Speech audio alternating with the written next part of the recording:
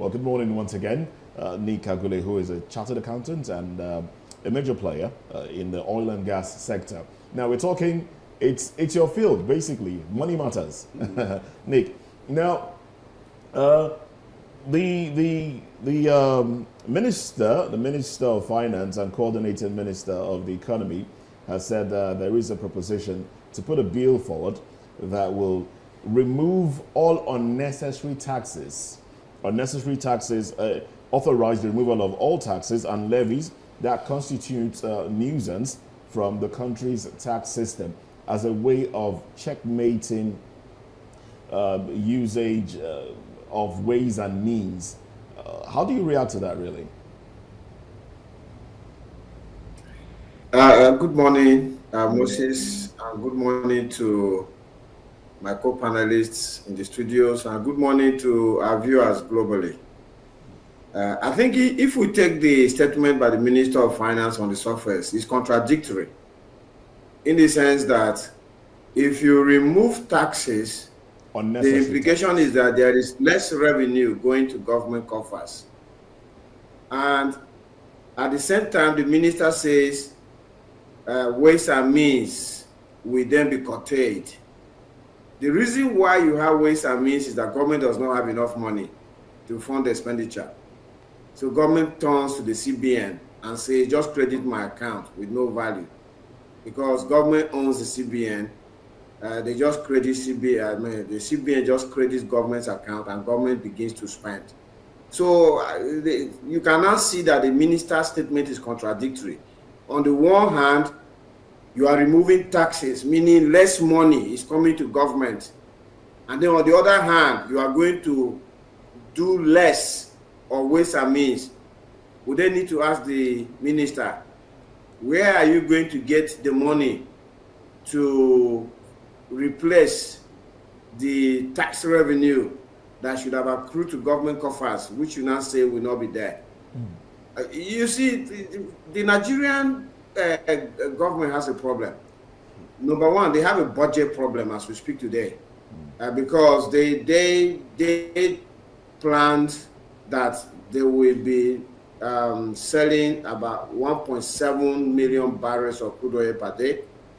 We are into the second month of the budget cycle, and crude oil production is still 1.3, 1.4 million barrels. So that means a lot less revenue is coming in. Even though the budget benchmark price for oil is $77, as I speak today, because I just looked into the market as I was waiting here, oil is about $81. So on the price side, government is making a little bit more money, but you can see that the quantum of supply, check the difference between 1.7 and 1.3. We're having about 300,000 to 400,000 barrels that we are not selling, which we say we are going to sell. So this government is not making enough money to fund the budget, at least for the first 2 months of this year. The implication is that it's either the government will not execute the budget as planned, or the government will have to go and borrow to fund this government, to fund this budget.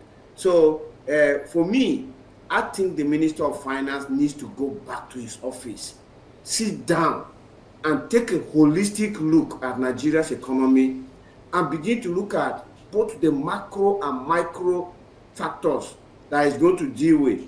I think this government is acting in a panicky measure, in a panicky way. I mean, taking panicky measures, running after warehouses, running after people's foreign exchange balances in their accounts, saying we will convert your dollar inflows into naira. For me, these are like fire brigade approach to the economy.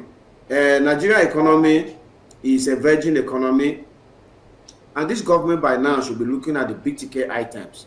The president in his speeches in the past have mentioned we're going to clear this swatch of land, and we're going to do this. We have not seen any tractor land on any piece of land in Nigeria yet. The refineries are there. Government was talking about the 60,000 barrel one, which is the smallest of them. By now, it's almost a year they are in office. They could ship off those refineries, either on a lease or on an outright sale. And now refineries will be almost on their way producing petrol. And then we'll not be talking about subsidy. We'll not be talking about petroleum product scarcity and things like that. We'll not be talking about importation, because you're looking for foreign exchange to go and bring these things in. All right. You know, government hasn't said anything about power supply. You know, I listened to the interview by the Minister of Power. I actually felt underwhelmed with his thoughts. And I said I'm going to do an article about it, because this is a minister who doesn't seem to realize that we are supplying 3,000 megawatts of electricity to 200 million people. And I want to draw the minister's mind. Let him look elsewhere. If he looks elsewhere to UAE, they are supplying 30,000 megawatts to 10 million people. If he looks elsewhere to Brazil, that have an equivalent population like ours, 200 million people, they are supplying 180,000 megawatts per day. I mean, if you want to look towards India, they have 7 times our population, 400,000 megawatts per day. If Nigeria were to supply India power based on our rating, we'll be giving them 21,000 megawatts, because they are 7 times our population. So just multiply 7 by 3,000. The power supply is so abysmally low. There's no way it can jumpstart this economy. It cannot start it. Okay. So these are the tickets, these are the kind of things I expect this government to be looking at, and not ways and means and all those kind of things. Interestingly, we are still with the same minister who was also a minister under the formal administration. But then that, for me, is not where I am going. So in this discourse, there was a statement made by Senator Alain Dume, who blamed the Senate for approving the requests without details from the former President Buhari. Now, in your opinion, I'm still going to stay with you, Mr. Neek. What measures do you think that the Senate should start taking to curb such oversight in the near future? Because I want to just peg it to be an oversight right now. So if I want to tell you my honest view about this situation, is that I have no faith in the National Assembly of Nigeria, Senate and the House of Representatives. Okay, so the reason why I don't have any faith in this is that, where we want to copy our democracy, the United States, they understand that the executive arm of government is so powerful, it's giving humongous powers. And in order to rein in, to contain the powers of the executive arm of government, they fashioned the legislature and the judiciary to be the check on the executive arm of government. And as we know in Nigeria, the very first thing an executive, be he a president or a governor, does in his very first few days in office is to ensure that he is decides on the leadership of the legislative arm of government. And of course, the Constitution also makes the executive to be the one to appoint the judges into the judiciary. So all these things are the kind of structural imbalances we have in our Constitution. So with a legislature that is more or less pocketed by the executive, with the leaders of the National Assembly, the Senate President and the Speaker of the House of Rep, acting as if they are senior special assistants to the President, I don't have faith in such a legislative arm of government that they are going to produce the good. What's happening here is simply to keep Nigerians busy. They keep us busy. Like now, they talk about, we're going to probe the ways and means. It has got us talking. We're going to talk about it. It's going to occupy us, because I have it on record and I have the evidence to tell you that one of the biggest problems that Nigeria has today is the National Assembly. You know this budget we talk about, like that budget, the Nigeria's current budget of 28 trillion naira. I have it on good authority, as I have come to realize, that the National Assembly is controlling almost like half of that budget. You see, an MDA, a Ministry, Department, or Agency, the budget line items they have, the National Assembly have their line items in those budgets.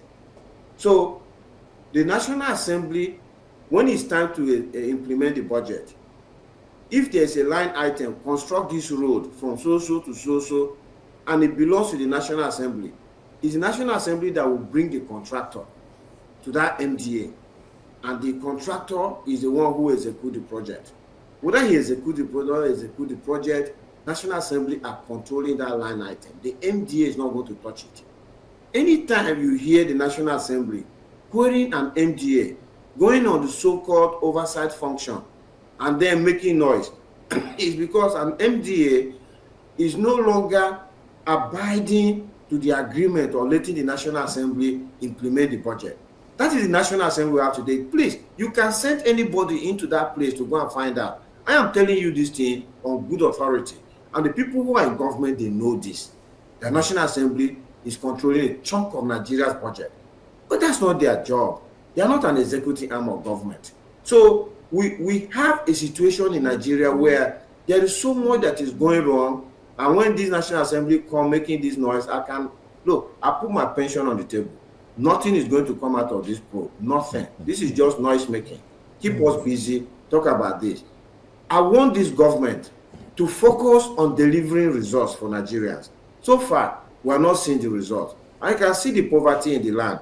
How can a nation so blessed, we have all the resources, both underneath the earth, on the surface of the earth, even our population is a big resource that we can be committing to, become a prosperous nation where people will be envious of us. But that's not happening. So for me, look, already as you can see, the spontaneous protests that are coming up in the country and all of that, people are being pushed to the wall. And I don't think we need this distraction from the National Assembly because nothing is going to come. That's a big... Nick, I totally appreciate your sentiments on this, but don't you think Nigerians need to know where our taxes, our levies, our monies go to? Because the Ways and Means is, like we all know, is money, Nigerians, money that belongs to Nigerians being borrowed by the government of the day. And what don't you think Nigerians need to know, really? Okay, so a couple of things I'm going to say. First of all, the Ways and Means is not revenue that government has earned at all. Government doesn't earn Ways and Means. It's not tax money. It's not money from crude oil. It's no money. What Ways and Means simply means is that imagine you are the owner of a bank, a commercial bank. You are the owner, and you wake up in the morning. You need 1 billion naira, and you don't have 1 billion in your account. Then you just put a call through to the managing director and say, you know what, Mr. Managing Director, can you just credit 1 billion to my account? I want to spend it. And Mr. Managing Director just puts 1 billion in your account. You will see a lot. Your account has been credited by 1 billion. And then you now start spending. That is what Ways and Means is. Is for the federal government to ask the CBN, just put 1 trillion in federal government's account. And the CBN will just put 1 trillion in the account, and the federal government will start spending it. And because that money didn't come from any productive activity, that's why it's inflationary. Because it becomes more money chasing the same quantity of goods and services in the market. Now, I want to say something that will shock Nigerians. I believe that this current government, as we're speaking today, is also doing Ways and Means. Why do I believe so?